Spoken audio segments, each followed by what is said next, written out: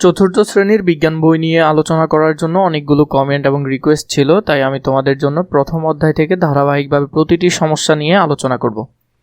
প্রতিটি সমস্যা এবং ছক সমাধান আমি তোমাদেরকে ধারাবাহিকভাবে দিব। জীবের বৃদ্ধি ও প্রজনন, তাহলে এখানে আমরা জীবের কিভাবে বংশ বিস্তার হয় সেটা সম্পর্কে জানব। উদ্ভিদ ও প্রাণীর বেঁচে থাকা এবং ভালোভাবে বৃদ্ধির জন্য পরিবেশের বিভিন্ন উপাদান প্রয়োজন। এই অধ্যায়ে আমরা উদ্ভিদ জন্মানো, বেঁচে থাকা এবং বৃদ্ধির জন্য যা প্রয়োজন সে সম্পর্কে জানব। এই পুরো অধ্যায়ে আমরা জানব যে কিভাবে একটা জীবের বিস্তার ঘটে, কিভাবে সে বেঁচে থাকে, কিভাবে তার বৃদ্ধি হয়। বীজের অঙ্কুরোদ্গমন, কিভাবে বীজের কোয়ালিটি ঠিক থাকে সেটা আমরা দেখব। বীজ থেকে নতুন চারা গাছ জন্মানোর প্রক্রিয়াই হলো অঙ্কুরোদ্গমন। মানে একটা বীজ থেকে যে চারা গাছ হবে তার যে প্রক্রিয়াটা, এটাকেই কি বলে? অঙ্কুরোদ্গমন বলে। খুবই বেশি গুরুত্বপূর্ণ, স্টার চিহ্ন দিয়ে রাখলাম, তোমরাও তোমাদের বইয়ে সুন্দর করে স্টার চিহ্ন দিয়ে রাখবে। উদ্ভিদের প্রজননের গুরুত্বপূর্ণ ধাপ হলো অঙ্কুরোদ্গমন, মানে এটা অনেক গুরুত্বপূর্ণ ধাপ। এরপরে উদ্ভিদ জন্মানো ও বেঁচে থাকার জন্য কি কি প্রয়োজন, এসো আমরা বীজ থেকে নতুন চারা গাছ জন্মানোর প্রক্রিয়া দেখি। কিভাবে আসলে চারা গাছ জন্মায়, বীজ থেকে কিভাবে চারা গাছ জন্মায়, চারা গাছ জন্মানোর জন্য কি কি প্রয়োজন। তো ওদের মধ্যে যে কথোপকথন হলো সেটা আমরা দেখলাম। কাজ, বীজের অঙ্কুরোদ্গমন পরীক্ষা, মানে বীজের যে কোয়ালিটি আছে কিনা, ঠিক আছে কিনা সেটা পরীক্ষা। নিচের ছবিটি ভালোভাবে পর্যবেক্ষণ করি এবং ছকটি পূরণ করি। এখানে আমরা ছবিটা দেখছি এবং এটা থেকে আমরা কি কি দেখব। ছোলা বীজ, এখানে যে 3টা ছোলা বীজ রাখা হয়েছে, কয়টা? 3টা। কি হলো, কেন হলো, বীজ একে কি কি হলো, কেন হলো সেটা আমরা দেখব। বীজ একেরটা দেখো, এটাতে কি হয়নি? অঙ্কুরোদ্গমন হয়নি। তাহলে প্রথমে হলো কি হলো? অঙ্কুরোদ্গমন হয়নি, কারণ পানি পায়নি। তাহলে অঙ্কুরোদ্গমন হওয়ার জন্য বীজের কি চাই? পানি চাই। এই যে কাজ, এটা কিন্তু তোমাদের এখানের ছকটা, এটার সমাধান আমি তোমাদেরকে দিচ্ছি। এরপরে 2 হলো কি? ভালোভাবে অঙ্কুরোদ্গমন হয়েছে, পানি, বাতাস ও উপযুক্ত তাপ পেয়েছে। তাহলে এই যে কেন হলো, হওয়ার কারণ হলো এটা, এবং ভালোভাবে হয়েছে সেটা এখানে লেখা আছে। 3 নম্বরে অঙ্কুরোদ্গমিত হয়নি, বাতাস পায়নি, পানির নিচে ছিল, তাই বেশি দিন থাকার কারণে সেটা আস্তে আস্তে পচে গেছে। এই যে বীজটা সেখানে দেখা যাচ্ছে, যদিও অঙ্কুরোদ্গমিত হয়ও, সেটা পানির নিচে থাকার কারণে ছোলা বীজটা কি হয়ে যাবে? কিছুদিন পর পচে যাবে। 3টা অবস্থা সম্পর্কে আমরা এখানে জানলাম। সারসংক্ষেপ, পর্যবেক্ষণে দেখা গেল প্রথম বীজটি তাপ, আলো ও বাতাস পেয়েছে, কিন্তু পানির অভাবে অঙ্কুরোদ্গমিত হয়নি। তাহলে প্রথমটা আমরা দেখলাম। দ্বিতীয় বীজটি তাপ, আলো, বাতাস ও পানি পেয়ে ভালোভাবে অঙ্কুরোদ্গমিত হয়েছে বা অঙ্কুরিত হয়েছে। তৃতীয় বীজটি শুধু পানি পেয়েছে, প্রয়োজনীয় তাপ, আলো ও বাতাস না পাওয়ায় ভালোভাবে অঙ্কুরিত হয়নি, হলেও সেটা আগে পরে পচে যাবে।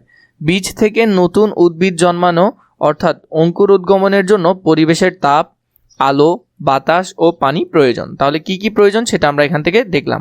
এটাতে তোমরা স্টার চিহ্ন দিয়ে রাখবে এবং নিজেদের বইয়ের মধ্যে সুন্দর করে আন্ডারলাইন করে ফেলবে। এই উপাদানগুলোর যে কোনো একটি অনুপস্থিতিতে যথাযথভাবে অঙ্কুরোদ্গমন হয় না। মানে তোমার যদি সবগুলো পর্যাপ্ত পরিমাণে না থাকলে তাহলে কি হবে না? অঙ্কুরোদ্গমন হবে না। এরপরে যেটা দেখলাম, উদ্ভিদের বৃদ্ধি। উদ্ভিদ বেঁচে থাকা ও বৃদ্ধির জন্য প্রয়োজনীয় পুষ্টি ও শক্তি খাদ্য থেকে আসে। খাদ্য গ্রহণ করে উদ্ভিদ ধীরে ধীরে ছোট থেকে বড় হয়। উদ্ভিদ নিজের খাদ্য তৈরি করার জন্য প্রয়োজনীয় উপাদান পরিবেশ থেকে সংগ্রহ করে।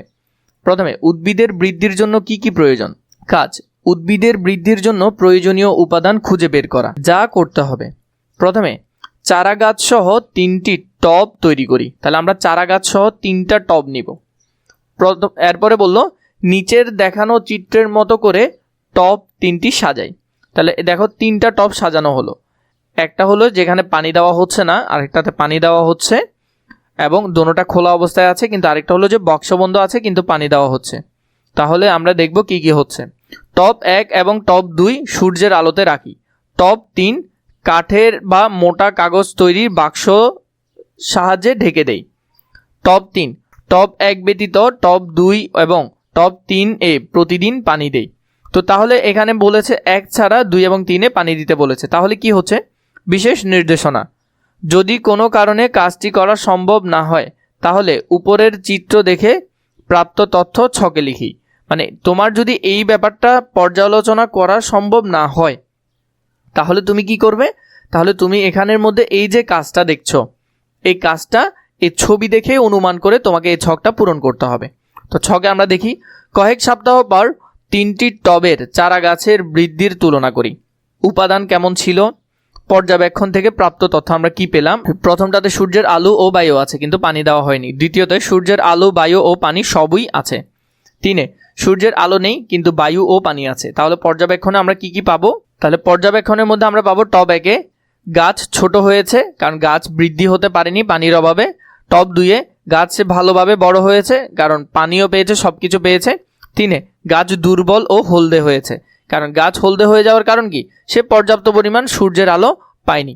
কারণ ব্যাখ্যা, টব 1 পানি পেলেও আলো কম পেয়েছে। তাহলে আমরা 3টা সম্পর্কে এখান থেকে ফলাফলগুলো জানলাম। এই যে ফলাফলটা আছে, ফলাফলটা তোমরা এই ঘরে এবং এই ঘরে লিখে ফেলবে। কাজ শেষে যা পেলাম উপরের ছকে আমরা লিখেছি। কাজটি নিয়ে সহপাঠীদের সঙ্গে আলোচনা করি, তোমরা নিজেদের মধ্যে আলোচনা করবে। আলোচনার শেষে নিচের প্রশ্নগুলোর উত্তর লিখি। উদ্ভিদ বৃদ্ধির জন্য কি কি উপাদান প্রয়োজন? এই যে প্রশ্নটা আছে এটা তোমাদের জন্য খুব বেশি গুরুত্বপূর্ণ, এটা আমরা এখানে ছকে লিখব। উদ্ভিদ বৃদ্ধির জন্য যা যা প্রয়োজন। প্রথমে উদ্ভিদের বৃদ্ধির জন্য আলো প্রয়োজন, পানি প্রয়োজন, বাতাস, তাপ ও পুষ্টি প্রয়োজন। এগুলা উদ্ভিদের জন্মানোর জন্য বা বৃদ্ধির জন্য খুব বেশি প্রয়োজন। তো তোমরা এখান থেকে এই উত্তরটা ছকে লিখতে পারবে। বেশি বড় করে দেই নাই কারণ বেশি বড় করে দিলে ছকে জায়গা হবে না। যদি আরও বড় প্রয়োজন হয় নিশ্চয় আমাকে কমেন্ট করে জানাবে। পরীক্ষণ ও পর্যবেক্ষণ থেকে আমরা জানলাম প্রথম টবের উদ্ভিদ সূর্যের আলো ও বায়ু পেয়েছে কিন্তু পানি পায়নি। তাইলে প্রথম টবের মধ্যে আমরা দেখলাম যে সে পানি পায়নি, তাই বৃদ্ধি হয়নি। তাহলে পানি ছাড়া কি হয় না, গাছপালার বৃদ্ধি হয় না। দ্বিতীয় টবে সূর্যের আলো, বায়ু ও পানি পাওয়ার উদ্ভিদটি ভালোভাবে বৃদ্ধি হয়েছে, উদ্ভিদটা ভালোভাবে বড় হয়েছে। তৃতীয় টবের উদ্ভিদ পানি পেয়েছে কিন্তু সূর্যের আলো ও বায়ু না পাওয়ার যথাযথ বৃদ্ধি পায়নি। অর্থাৎ সূর্যের আলো, বায়ু ও পানি না পেলে উদ্ভিদের যথাযথ বৃদ্ধি হয় না। উদ্ভিদের বৃদ্ধির জন্য সূর্যের আলো, পানি এবং বায়ু প্রয়োজন। তাহলে এটা যে কোনো উদ্ভিদ বড় হওয়ার জন্য এই বিষয়গুলো বেশি প্রয়োজন, এটা খুবই গুরুত্বপূর্ণ, ভালো করে দেখবে। খাদ্য তৈরির সময় উদ্ভিদ বায়ু থেকে কার্বন ডাই অক্সাইড ও পরিবেশ থেকে প্রয়োজনীয় পুষ্টি ও শক্তি পেয়ে থাকে। উদ্ভিদ শ্বাসকার্যের জন্য বায়ু থেকে অক্সিজেন গ্রহণ করে এবং কার্বন ডাই অক্সাইড ত্যাগ করে।